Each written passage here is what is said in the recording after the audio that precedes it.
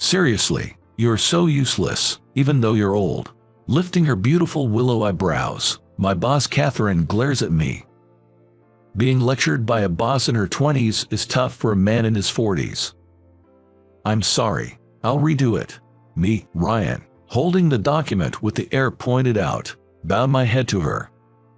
With a huff, Catherine scolded me.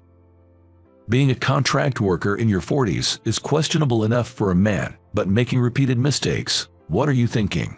I'm sorry. My mom, who I live with, suddenly got hospitalized, and I couldn't do overtime. It's an excuse to have to work overtime to produce materials. And you are a third-class person who can't separate your personal life from your work life. That's why they call you a middle school graduate.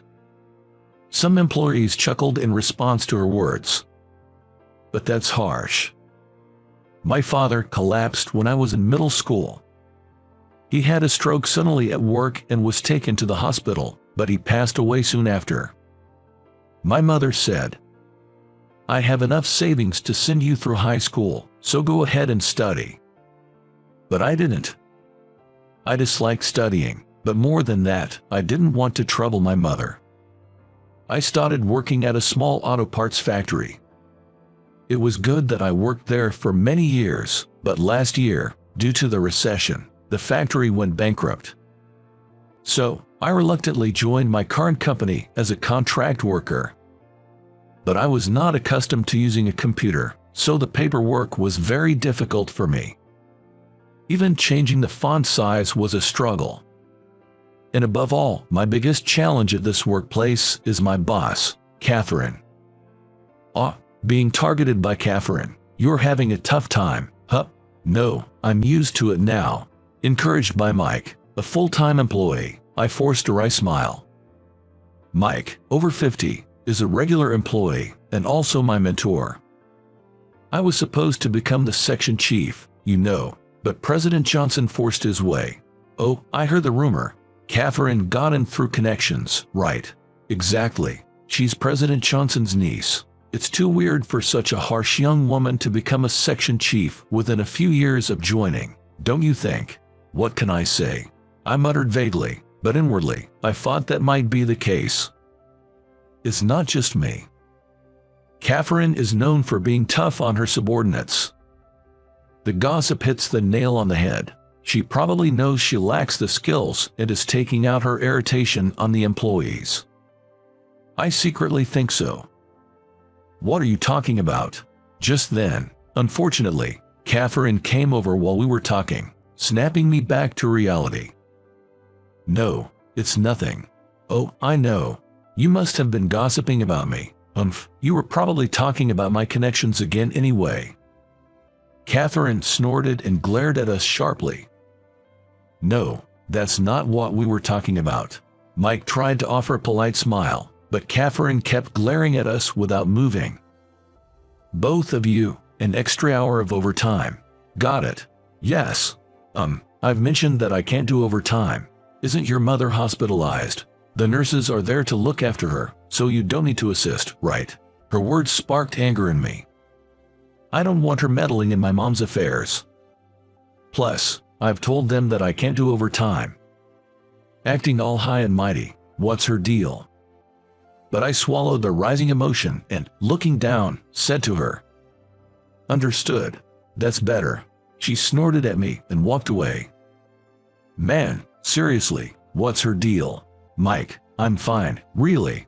But the way she said that, we were bad-mouthing her too, so I guess it's fair.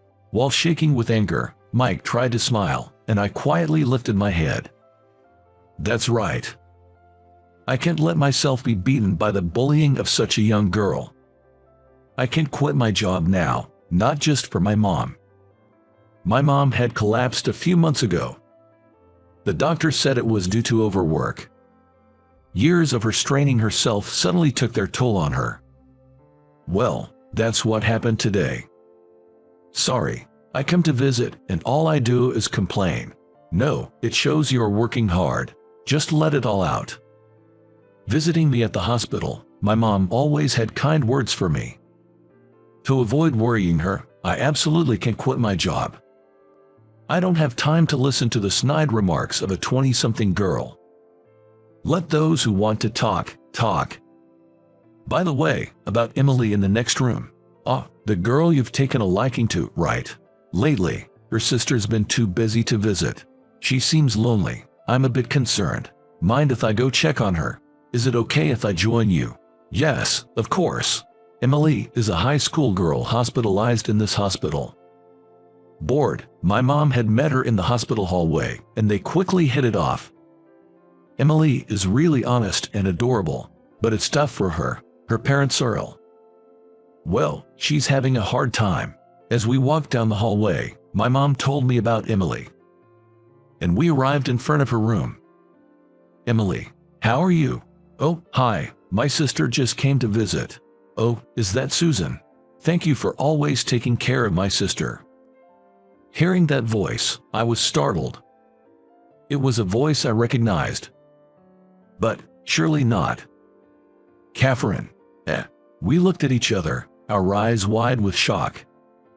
Because there stood Catherine herself. That girl is my sister. Catherine and I were talking in the hospital waiting room. We couldn't have had this complicated conversation in Emily's room, and besides, I didn't want to show my mom that I was being scolded by a younger boss. So, your sister is hospitalized. Yeah, she needs another surgery because of complications from an accident. An accident. When she was little, she had a car accident coming back from an amusement park with our parents. I was home, busy with my thesis and was safe, but, so your parents are? As I asked, she looked down and shook her head. My dad is still bedridden in the hospital. My mom's in a wheelchair, and I take care of her. So, you've been working non-stop for your sister's sake. That's right. My uncle, seeing our situation, hired me through connections. Oh, but I earned my position as section chief through my own efforts. Yet, all you guys do is gossip, which really gets to me. She clenched the can of coffee she was drinking. I'm sorry. I didn't know your situation. Well, at least you're honest enough to apologize. I smiled wryly at her words. But I was surprised to find out that the Susan who Emily admires is actually your mom. I had no idea that the Emily my mom cares about was your sister. That makes sense, she said, taking a sip of her coffee. My mom has been working herself sick since my dad passed away. I didn't go to high school to help her. Now, at my age, I'm just a contract worker. I laughed bitterly at my own situation. She listened to my story, her face turning pale. I didn't know that you had such a hard time. I'm sorry. I thought you just didn't like school and didn't go to high school. I didn't like studying, but I would have preferred to go to high school. It was tough even becoming a full-time employee. She smiled wryly at my words. Then, she looked at me earnestly.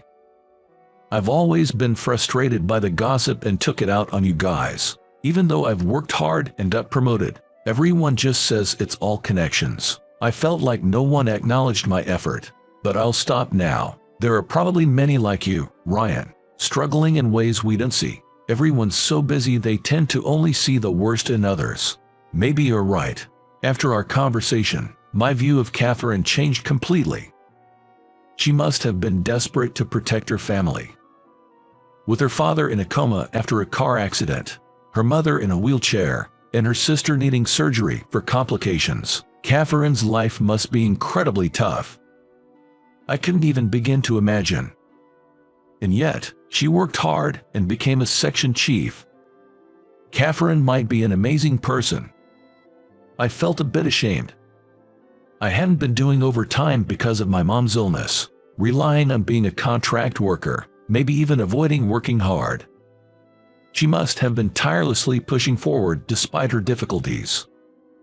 But surely, that made her blind to her surroundings. Maybe you should take some time off. That's not an option. It would trouble my uncle.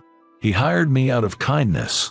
She would eat lunch at her desk without leaving, working while eating, staying late at the office every day, always busy.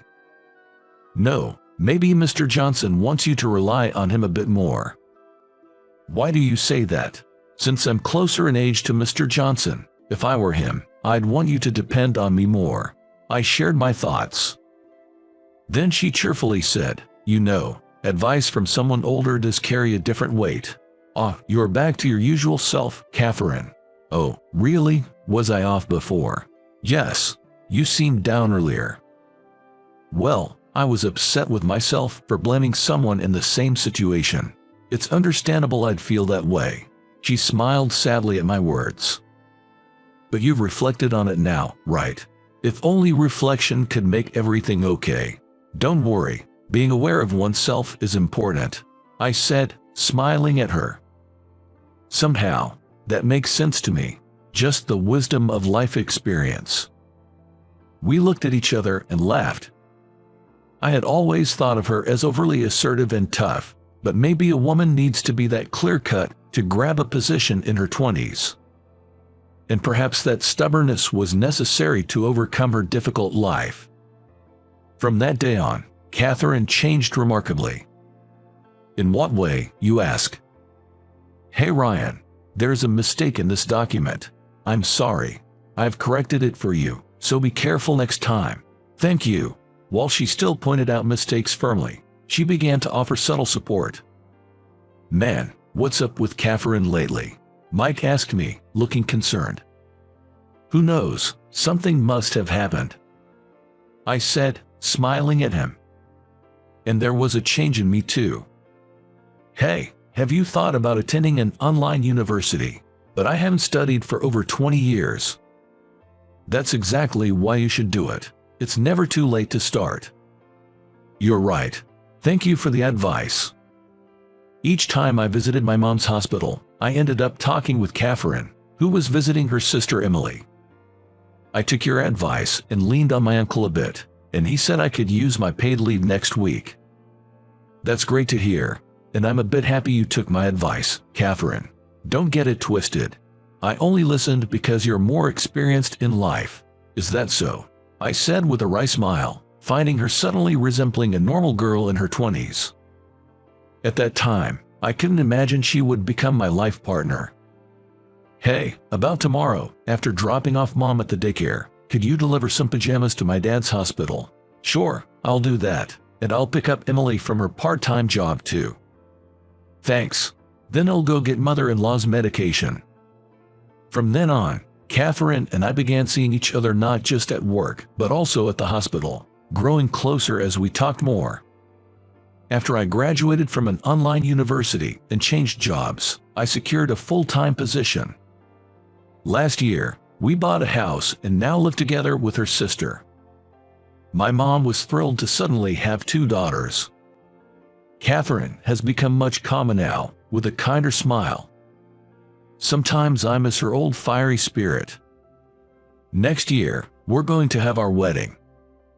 No longer just a boss and subordinate, but husband and wife. I'm determined to make her happy for life, and today, like every day, I'm enjoying our busy life together.